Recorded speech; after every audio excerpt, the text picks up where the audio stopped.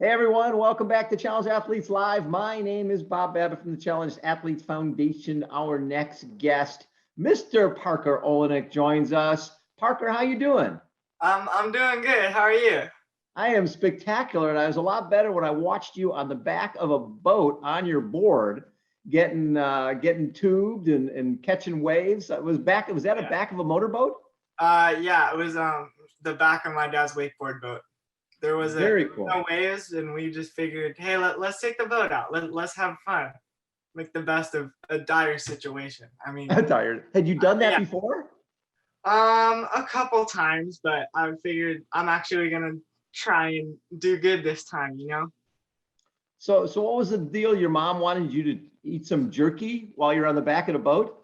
Yeah, so one of my sponsors and one of the people that helped me out and actually helped donate to the CAF Community Challenge is a Baja Jerky. Yeah. And I was just like, let's do something cool for them. I was like, I want to hold or eat some jerky while I'm doing this because I was getting more and more comfortable. So I was like, I want to try something different. I want to try something cool. So I had it in my mouth when I was cruising behind the boat, and yeah, it worked out. It worked out good, and I didn't lose any jerky because we used an empty bag. I was like, I do not want to lose this jerky. If any is gonna leave this bag, I'm gonna eat it. And before we came on, we were talking about you're not one of those guys who's been missing the barber shop since we all went into COVID time. You've got a special plan for your hair. Yeah, so I'm gonna let it grow out a little bit more, preferably as long as I can before it starts getting caught on everything. And then I'm gonna chop it all and donate it. What a good kid you are. And what I love is look at your sports. San Diego sled hockey, adaptive surfing, paddleboard, shot put, track and field, wheelchair, basketball, sailing. What Mhm. the hell? Growing up with CP, when did sport come into your life? From the very beginning. With water mainly, I was born 10 weeks early and I was put in the water on my due date. Really? Yeah, as soon as they found a life jacket small enough that would fit me, I was put in the water. And as soon as they found a wetsuit that was small enough to fit me, I was put on a surfboard. So you, right from the beginning, water sports was your thing. Yes, yes, for sure. Hockey and basketball and track, not so much. That wasn't really my parents' thing. It was all me. Because I grew up doing inclusionary sports, but I have every competitive bone in my body. And I Yes. said, I love being included, but I want to beat someone. And I figured I'm just gonna do some research, and it was on a Paralympic year, so I was like, I'm just gonna watch everything and decide what I want to do.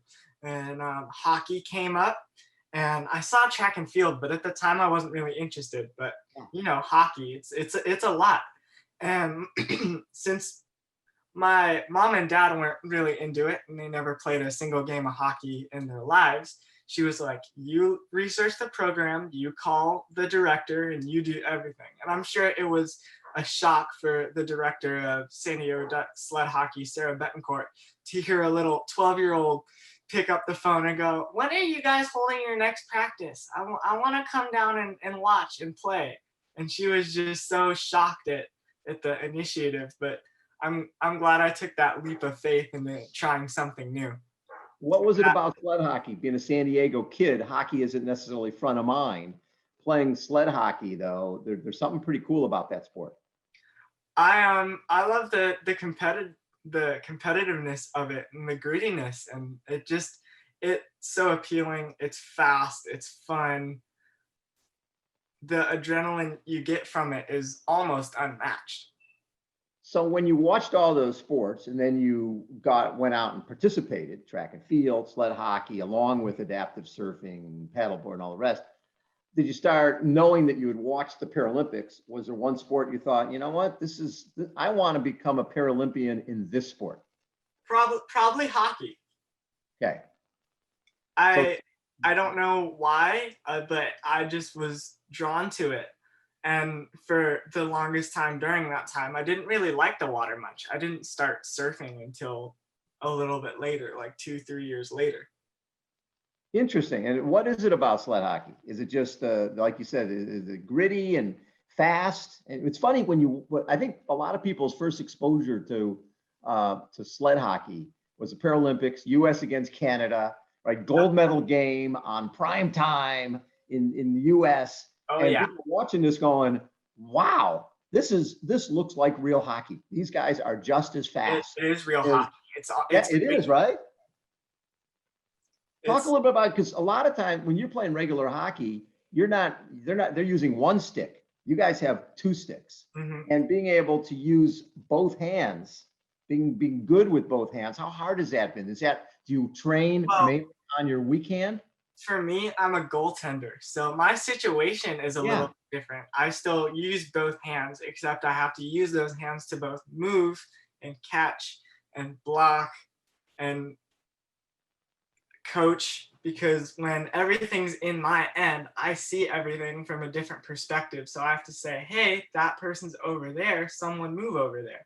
There's a lot more going on, and I guess I really just like the responsibility that I look back on it now. But at the time, I just thought the gear looked cool, so I was like, I want to try that. And plus, I wasn't very fast or good, so I was like, stick me in the net and let me get in the way. So when did Challenge Athletes Foundation come into your life? 2016, 2017, I got a coaching grant because it was my first ever year. I was invited on their grant night to come down and meet with all you guys. And that was probably one of my favorite CAF moments ever, one of my favorite moments in my life in general so far, because as a 12-year-old getting a CAF grant and going to their headquarters on your birthday, because it was Right, it was your birthday. I remember it was my that. 12th birthday, and you guys giving me this grant, but also giving me a cake and singing, and I got hugs from a bunch of people, and I met you and a bunch of other athletes. I realized that day that I gained a community and I gained a family. You have a community in a lot of different ways, right? So when you play sled hockey, Yes. there's adaptive athletes there who become your buddies. When you're out in the surf, you've got different buddies. Some of them are the same, but having those different communities is how special has that been for you?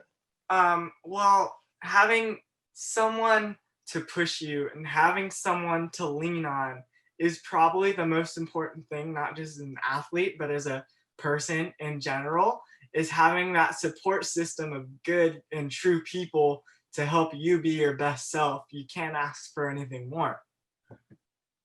So you have been involved with our CAF Community Challenge really from the beginning. We launched this thing on August 8th, went through October 18th, and the whole idea was, let's see if we can generate $2 million for CAF. Let's see if we can go 1,000,000 miles, or as many miles as we can, as a group, run, ride, swim, paddle.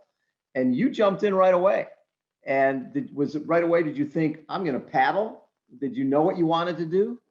I knew I wanted to paddle, but I was like, I might have to bike ride because I don't know if they'll let me do that. So I talked with Travis and the other people at CAF, and they said, go paddle, go do whatever it is you want to do to get your miles in. And that, you guys made it easy for me. You put me in my element, in my space to go do work. So it worked out. And what I found, it was pretty fun. Shared, tracking the miles every day. It really got me motivated to do more. It was so fun. I was out paddling. I was out surfing every single day, every morning. I surfed in the morning and then sometimes paddled in the evening. I was in the best shape of my life. I know, I hate it when it ended. I'm Yeah. like, wait a second, October 19th, I want to go put some miles in. What the heck? Well, and it made me realize how amazing it was, because in a time where we're so divided and so in our own bubble and alone, to see everyone come together and do that was just so amazing, and it helped motivated me. Lyra's put in 10 more miles, I'm gonna go do 20 more miles. Or Bob's raised $1,000 more, I'm gonna see if I can match that or get more than that. And it just kept building and snowballing into this amazing challenge. Did it surprise you? I mean, you got up to $10,216, which is unbelievable. When you first started, that was your goal, right? I think I remember right away you were going for 10K. Yeah, my goal at the beginning was $10,000 because I knew I'd be able to get there, but I knew it wasn't going to be easy. And I don't know. I was just like, I have nothing else going on. I might as well swing for the fences, right? Exactly. Yeah. I love that. So I've also seen you out at our CAF high school adaptive high school track program, and you've been a big supporter. I've seen you throwing the shot put out there. Uh, Talk a little bit about the shot put, and because the equipment has to be so specific, right? You have to get into a chair that sort of fits you and grab a pole and try to throw the shot or the javelin. Talk a little bit about track and field and what that means to you. Well, at first, I didn't really gravitate towards track and field, but whenever you guys put on an event, I was like, ooh, this is new. I'm going to try that because that's what happened with hockey and with surfing. Yeah. What you guys put on, you guys opened this new door for me. And really, what gravitated me towards it is I just like throwing stuff, and that gave me an excuse to throw stuff. It's And true. it was new, and it opened up this whole new community of people that I got to train with and meet with for a whole week. And I think this has been going on for two years now. Is that right? Yeah.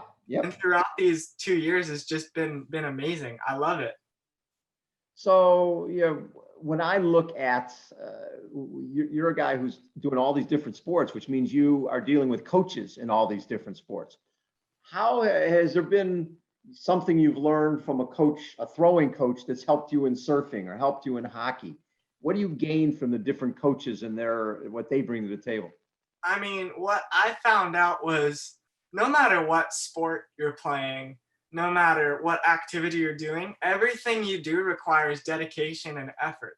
Yes. And in all the sports that we did, that all required dedication and effort. And a lot of the coaches that were in all the clinics, we're athletes and we're Paralympic athletes or coach the Paralympic team or close to that level. So they provided all of the physical and emotional perspectives of being an athlete and living with it. And I got to talk to Elena Nichols, who's a multi-sport Paralympic athlete, and that was really helpful because that's what I'm aiming for. I want to do either surfing and track or surfing and hockey, and I don't. It really helped provide some perspective, and it helped with my stamina, just keeping on doing more. Because the more you do, it really helps your mind of going, okay, this is my limit. Let's see how far we can extend that. Because you've met me, I don't like sitting still. No, So as much activities and as much things I could fill my day up with, the better.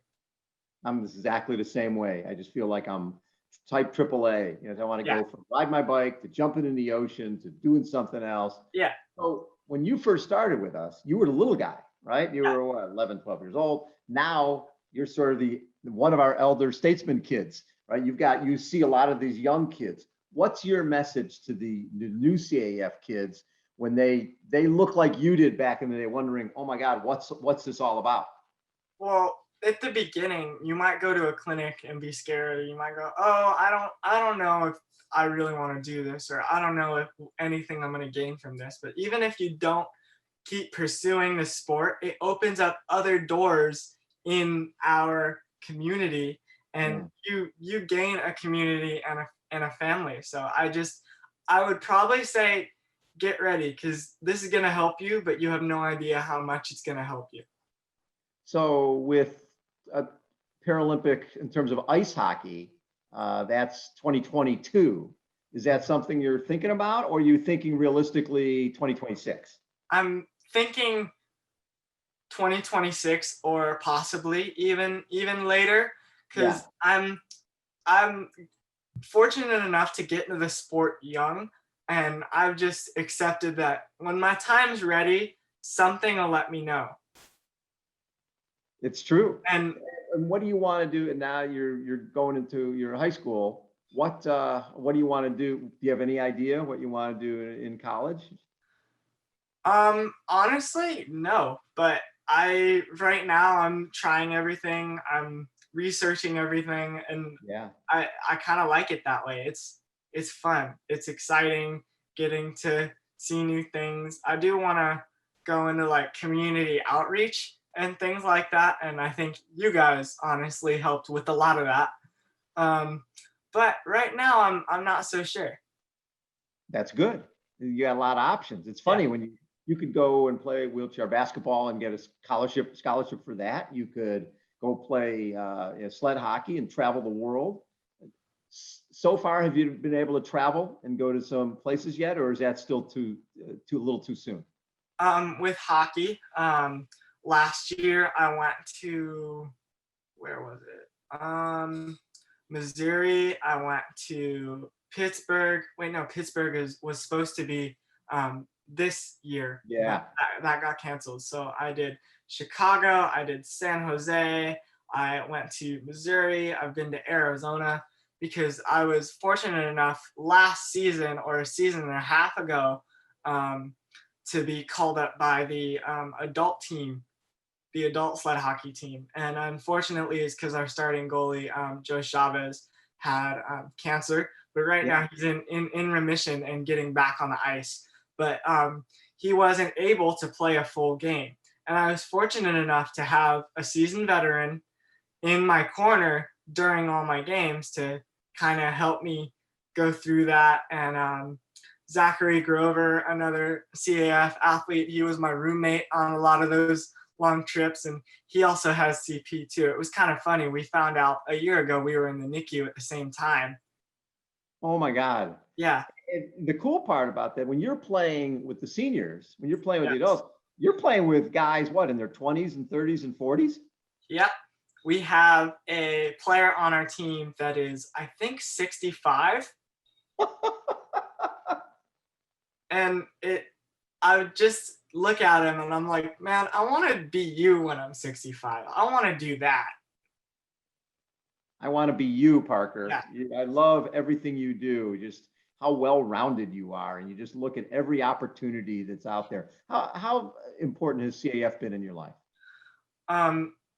Well, like I said, how I gained a family, and it's invaluable when you gain a family and a community and friends. And you guys, I knew I wanted to do something with sports, but you guys gave me a path, and you made me realize that that path was actually possible, whether it be the Paralympics or doing college sports or even going out and doing public speaking, which I was able to do with you guys. And that was just an amazing experience. And it's all just been awesome.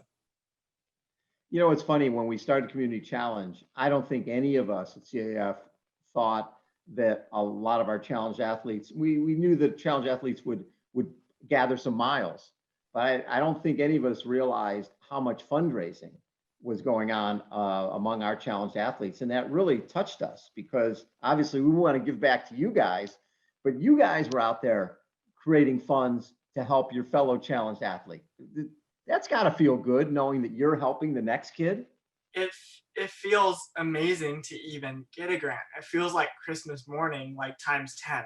And after getting to experience that, it was just like a drug. Like, hey, this needs to get out. Other people needs to experience this and experience the love that you guys give and the community that you gain from this. And you guys help me, and I'm used to everybody in my life wanting to help me, and I'm not used to being able to give back like this. So when you started the challenge, I was like, finally, it's my opportunity to give back what you guys have given me. You guys have given me so much, more than I could even ask for. And I'm just happy I was able to give back a sliver of that. And I want you guys to know how much I appreciate you. Parker, thank you so much for taking so much time to chat on Challenge Athletes Live. It's an honor to have you part of the CAF family. I feel honored. Parker Olenick has been our guest. This is Challenge Athletes Live. My name is Bob Babbitt. Check us out next time. Until then, see ya. Thanks, Parker.